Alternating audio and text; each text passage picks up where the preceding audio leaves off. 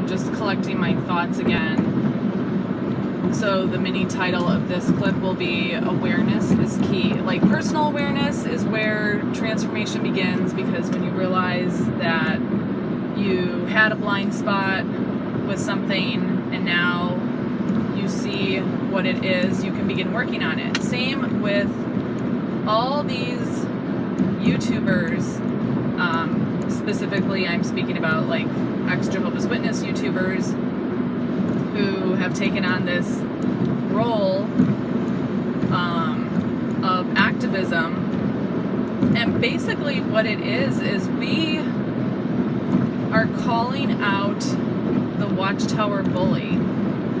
And that's actually that's actually showing love not only for those who we see being bullied, whether or not, well, most usually not, these victims, I'm too much green tea, these victims of the Watchtower bullying don't even realize that they are being manipulated and controlled and shamed and guilted and worked, because it's like a very complex trauma bond and Stockholm syndrome, and maybe it's like their new family, kind of like how people join gangs because their family life is pretty miserable. Like, who would ever go, like, if you have a great family, are you going to go out and join a gang? Of course not.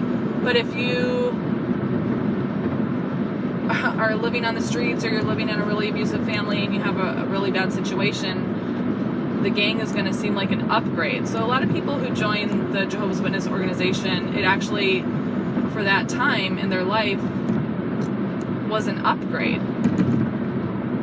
But that doesn't mean it needs to be your final stop. And it also doesn't mean that I'm here telling anybody to leave the organization. I wasn't even planning on leaving. In a way, I was still going to meetings when I was fully awake, although the meetings did, the longer I was going, when I realized that the doctrine was one big weird knot and twisted scripture and all of that. But, then add the layer of child sex abuse, mishandling and cover-up, whitewashing history, replacing grace with man-made laws. I mean, that's huge. It did become nearly unbearable, but I was able to keep going because I loved the people and I just wanted to be there for them. And maybe there are still people who go because they think that they can transform it from the inside out, and maybe they can at like the individual congregation level, because I remember actually I think in one of the recent JW broadcasts they talk about, and I totally forget which country, I don't know if it was Romania or a Balkan state, I totally forget, so I won't even say. Somewhere in Western Europe there was, or maybe it was Poland, I don't know, a split, and they kept saying in the broadcast how they left the main organization, the true organization, but then they had this reconciliation. Well, who knows? Maybe there was a split because they saw that there was abusive practices or bullying, like at the leadership level, and they didn't want to be part of that, even though they still believed in God and the Bible. Again, I don't even know what I'm talking about right now. My point is, I need to recollect my thoughts, but awareness, personal awareness, and also when you see a bully hurting other people, the bully might be acting out like that because he learned that behavior from his family situation. And so I spend a lot of time thinking about these 8 people, these 8 guys in Warwick who don't even know I exist, and therefore don't think of me ever or at all, yet I think of them because I think, like, how can they do this? how can they endorse these articles, these books that make no sense,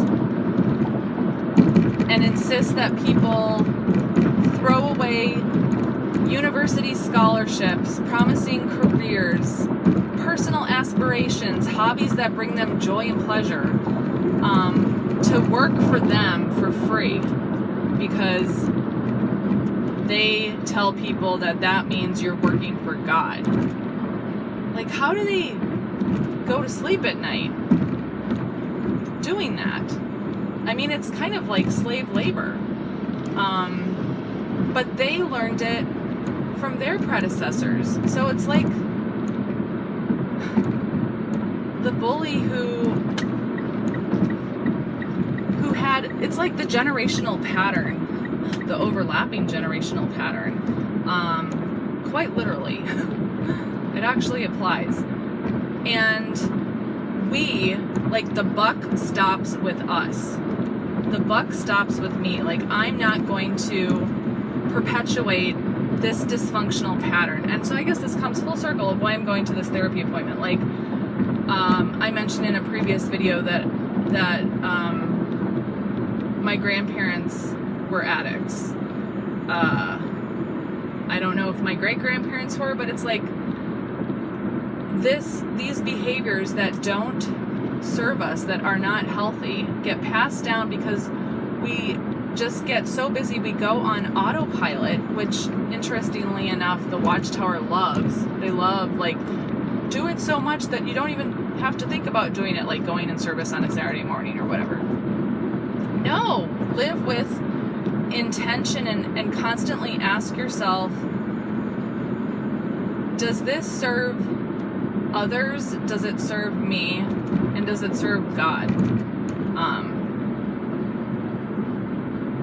And if not, why am I doing it? Who did I learn this from? And is it true? Being aware takes work, but it's worth it. Which reminds me of the closing prayer they do at 12-step group programs is y'all hold hands in a circle, and after they say the serenity prayer, they say, keep coming back. It works if you work it, and you're worth it. Maybe that's what this is all about. It's just about being aware and doing the work and calling out yourself, i.e. making amends when you've done something that hurts somebody, and calling out someone else because you love everybody, including the bully. Like, it doesn't, it must feel terrible for the person who has to exert that kind of control, unless, I guess, they're clinical narcissists. I don't, it's debatable. Like, is that even curable? Well, I don't have to take that on. Like, that's not my area. And so I'll give that to those people who know how to deal with that.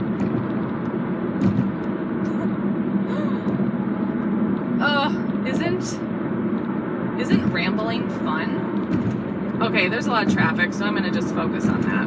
Bye!